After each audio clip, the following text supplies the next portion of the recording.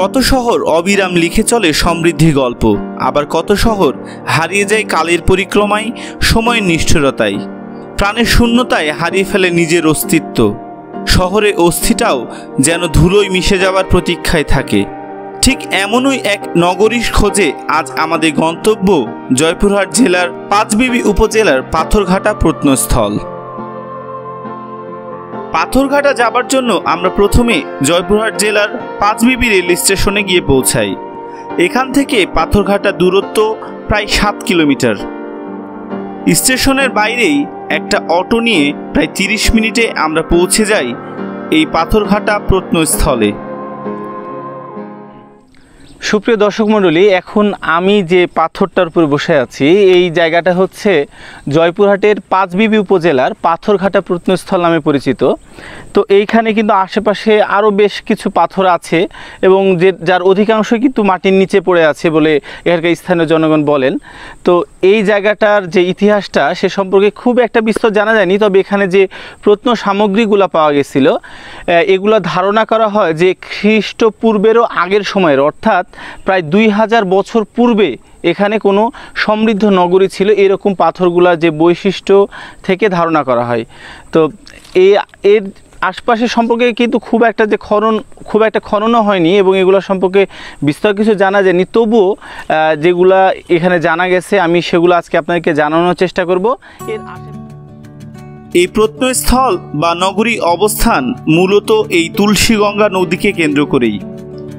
পাথরঘাটা অর্থাৎ পাথরের ঘাট কিংবা পাথরের রাস্তা উভয়ই বোঝায়। সম্ভবত আশেপাশে এলাকায় অনেক প্রাচীন পাথর ছড়িয়ে ছিটিয়ে থাকাতেই এই স্থানের নাম পাথরঘাটা।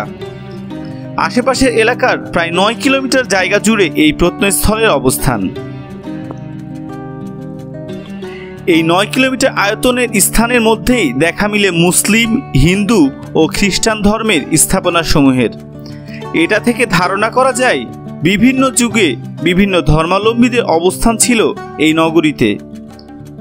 অবশ্য এখন খ্রিস্টান মিশনের আধিপত্যই এখানে বেশি চোখে পড়ে।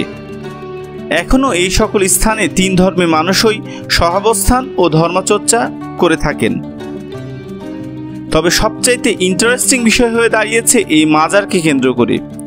খ্রিস্টিয়ান মিশন থেকে মাত্র 300 গজ দূরে এই মাজারটি হিন্দু ও মুসলিম উভয় ধর্মের মানুষের কাছে ভালোবাসার স্থান।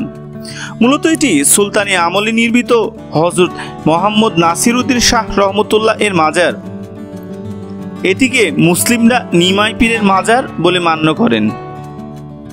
অন্যদিকে হিন্দু ধর্মাবলম্বীরা এটাকে নিমাই সন্ন্যাসী এর মাজার বলে মান্য করেন। জনশ্রুতি অনুযায়ী জানা যায় এই নিমাই পীর তার আধ্যাত্মিক ক্ষমতা ও ভালোবাসা দিয়ে উভয় ধর্মের মানুষের মন জয় করেছিলেন এবং তিনি সকল ধর্মের সহাবস্থানে বিশ্বাসী ছিলেন। এই কারণেই তিনি উভয় ধর্মাবলম্বী মানুষের কাছেই সমানভাবে সমাদৃত। কালের বিবর্তনে এই তুলসীগঙ্গা নদীটি এখন শীর্ণকায়া। শীতের সময় নদীর পানি শুকিয়ে গেলে নদীর তলদেশে অসংখ্য পাথর দেখতে পাওয়া যায়। এখানে সবচেয়ে উল্লেখযোগ্য বিষয় হলো এই স্থানে গুপ্ত যুগের নির্মিত পাথরের সেতুর ভগ্নাবশেষ পাওয়া গিয়েছে, যেটা বাংলাদেশের প্রাচীনতম সেতু বলে মনে করা হয়। বর্তমানে এখানে একটি নতুন সেতু নির্মাণ করা হয়েছে। দেখেন, আমি আপনাকে নদীর পাড়টা দেখাই যে দেখেন নদীর পাড়ে, সম্পূর্ণ নদীর পাড়ে এই যে পুরাতন ইট মানে এই হয়তো এই নদীর পাড়েই গড়ে উঠেছিল কোনো সমৃদ্ধ নগরী। সম্পূর্ণ একবারে পুরাতন ইট। আর পাশের দৃশ্যটাও খুব সুন্দর, এই আশপাশের দৃশ্যটাও খুব সুন্দর।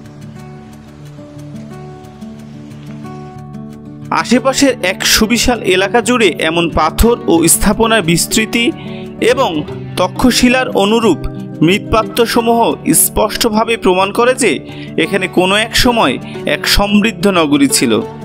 অনেক ইতিহাসবিদ এটাকে পুণ্ড্রবর্ধনের অন্তর্ভুক্ত পঞ্চনগরী বলে মনে করেন, যদিও সেটা এখনও সন্দেহাতীতভাবে প্রমাণ করা যায়নি। আশা করি পরবর্তীতে প্রত্নতাত্ত্বিক খনন ও গবেষণার মাধ্যমে এটি সম্পর্কে আরও বিস্তর কিছু জানা যাবে। খুব স্বল্প সময় হাতে নিয়ে এখানে আসায় আপনাদের পুরো এলাকা ঘুরে দেখাতে পারলাম না এবং এই স্থান সম্পর্কে আরও বিস্তর কিছু জানাতে পারলাম না। আশা করি সেটা পরবর্তী কোনো পর্বে সম্ভবপর হয়ে উঠবে। পরবর্তী পর্ব দেখার আমন্ত্রণ জানিয়ে আজকের মতো আপনাদের থেকে বিদায় নিচ্ছি। ভিডিওটা কেমন লাগলো কমেন্ট করে জানাবেন এবং বন্ধুদের সাথে শেয়ার করবেন। সবাই ভালো থাকবেন, সুস্থ থাকবেন।